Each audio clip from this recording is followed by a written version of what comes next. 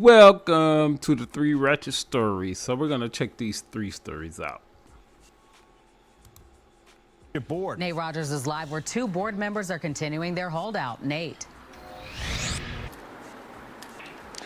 Yeah, Don and Scott, except for Tiffany Henyard's staff, there were literally more news cameras present tonight than Thornton Township residents. One trustee telling me all of this boils down to an open Board of Trustees seat.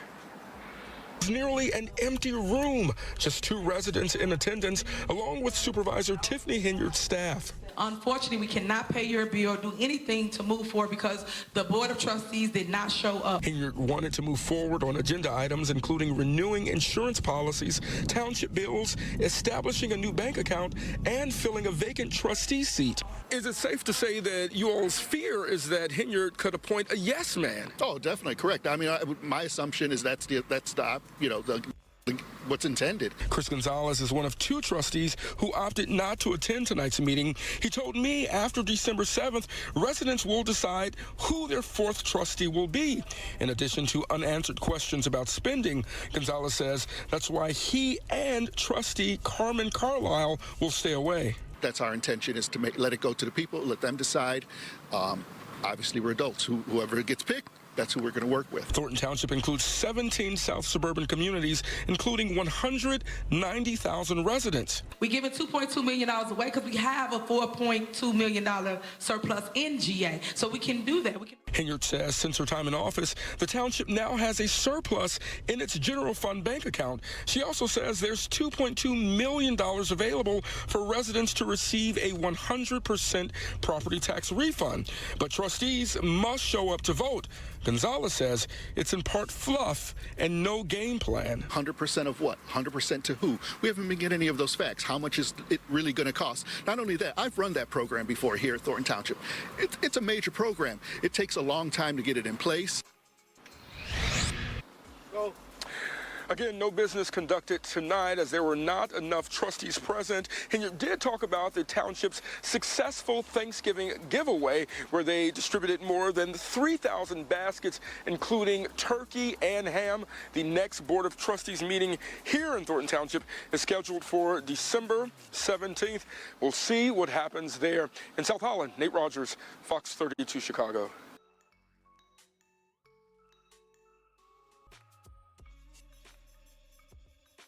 Bears have made a deal on taxes with Arlington Heights, but the team says it is not fully committed to the suburbs. In a statement, Bears officials say the team is a significant landowner in Arlington Heights and establishing a framework for potential future development planning, financing, and property tax certainty has been a priority since that land was purchased. However, the Bears remain focused on investing more than $2 billion to build a publicly owned enclosed stadium on Chicago's lakefront.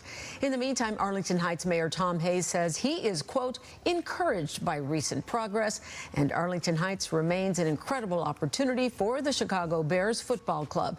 He expects the Village Board and the 3 impacted school district boards to vote on the tentative tax deal in the near future.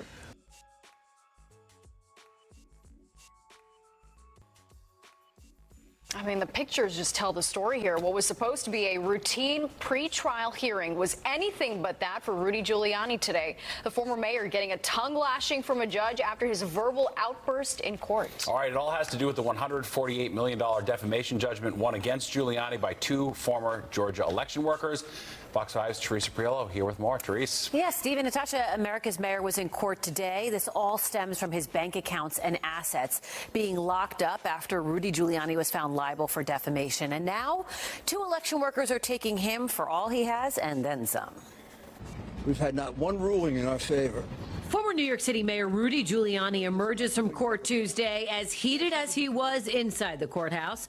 The once prominent attorney and politician claims the judge handling his civil lawsuit stemming from the Georgia election interference case is biased, and the case has no merit. This case against me is totally phony case.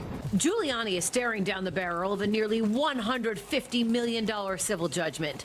He was sued by 2 Georgia election workers who claimed his lies ruined their lives. He was ordered to turn over his New York City apartment and a 1980 Mercedes, as well as 4 Yankees World Series rings, which he's been slow to do. Judge Louis Lyman rejected the notion that he's got nothing left to give. The reality is, I have no cash. It's all tied up. So right now, if I wanted to call a taxi cab, I can't do it. I don't have a credit card. I don't have a checking account.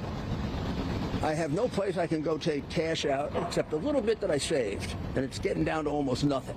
He does have a place in Florida worth between $1 and $2 million. If he can claim it as a primary residence, he'll keep it under Florida's homestead law.